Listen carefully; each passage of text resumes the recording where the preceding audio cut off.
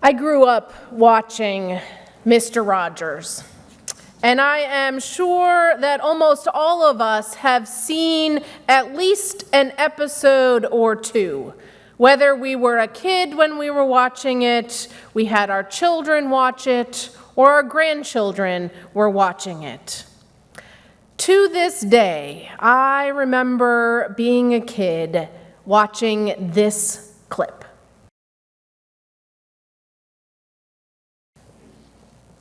So while I remember learning how to make crayons, that clip shows us that Mr. Rogers sort of has this cadence where you are invited into curiosity.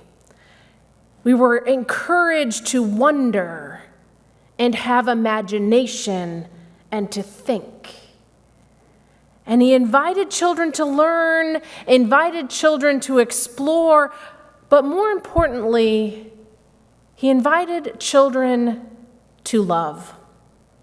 Mr. Rogers, a Presbyterian minister, used his television show to instill Jesus' teaching to love your neighbor as yourself to generations of children. On this show, Mr. Rogers would invite us to widen our neighborhood just a little bit. Widen it more than the people who lived on either side of you. In August of 1968, Mr. Rogers invited Officer Clemens to be our neighbor. It was just 4 months after the assassination of Dr. Martin Luther King Jr., and he invited Clemens, making him the first African American with a recurring role on a children's television series. And he invited Clemens to cool off in a pool with him in 1969, when public fountains and public transportation and public school and public pools had become battlegrounds for racial segregation. Mr. Rogers, in his quiet, gentle way, said, "It's hot. Why don't you cool off with me?" And he showed us it could be as easy as sharing a pool with neighbor like Officer Clemens. Mr. Rogers invited, Officer Clemens accepted, and with this seemingly simple moment, especially to our 2023 eyes, Mr. Rogers invited everyone watching to widen their neighborhood, to widen their love. In February of 1981, Mr. Rogers invited Jeff to be our neighbor, a little boy in a wheelchair, bringing a human with different abilities to everyone's house. Mr. Rogers invited kids everywhere to know Jeff, so that when they would run into others with differing abilities, they would remember Jeff. And they would remember that together they sang a song in this episode. It's you I like. It's not the things you wear. It's not the way you do your hair. Not the things that hide you. Not your fancy chair. It's you I like, every part of you. Your skin, your eyes, your feelings. I hope you'll remember when you're feeling blue, it's you I like. With that simple conversation, that simple song, Mr. Rogers invited us all to remember when we bump into someone whose abilities differ from our own. That song, "It's You I Like," might just start to play in your head, and your actions will follow suit. At the start of every episode, Mr. Rogers would invite us into the neighborhood.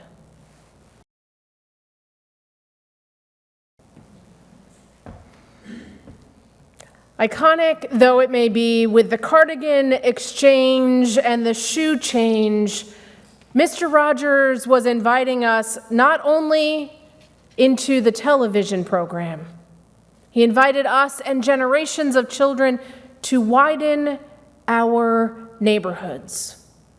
As Maxwell King wrote in his book, The Good Neighbor, The Life and Work of Fred Rogers never ever let the urgency of work or life impede his focus on what he saw as basic human values: integrity, respect, responsibility, fairness, and compassion, and of course, his signature value, kindness.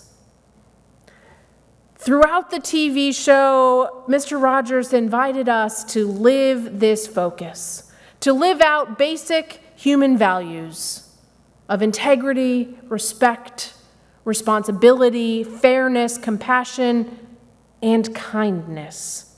The pastor in him, in so many ways, was preaching a sermon every episode. As we heard earlier, and as we talked with the kids earlier, in the Gospel of Mark, we are reminded that Jesus implores us to love our neighbor attentively. That translation that Jim read uses that word attentively. Love attentively. Not passively, not only if time allows, not only if we want to, attentively. And Mr. Rogers invites us to be a neighbor. And he reminds us that I've always wanted to live in a neighborhood with you.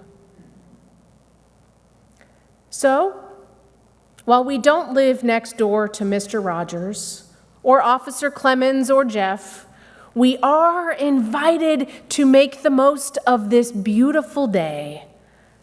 We are invited to love our neighbors attentively.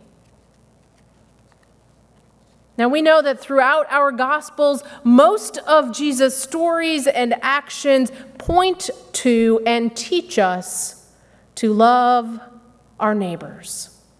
And in following Jesus, each person that we meet, we encounter with a little song. Won't you please, won't you please, please won't you be my neighbor? And when that jingle starts to play in our heads, we remember kindness. We remember love. Love all. Because love is what makes a bunch of houses a neighborhood. We get to love by following Jesus. Others might get to that same place of love in other ways. But love is what makes our world the world that God calls us to. Love is what we are called to do. Now, we don't have to fix the entire neighborhood and all the issues facing any particular neighborhood, but we do need to love. Even if it's just one person at a time. King said this about Mr. Rogers' work: what a difference one person can make in the life of another.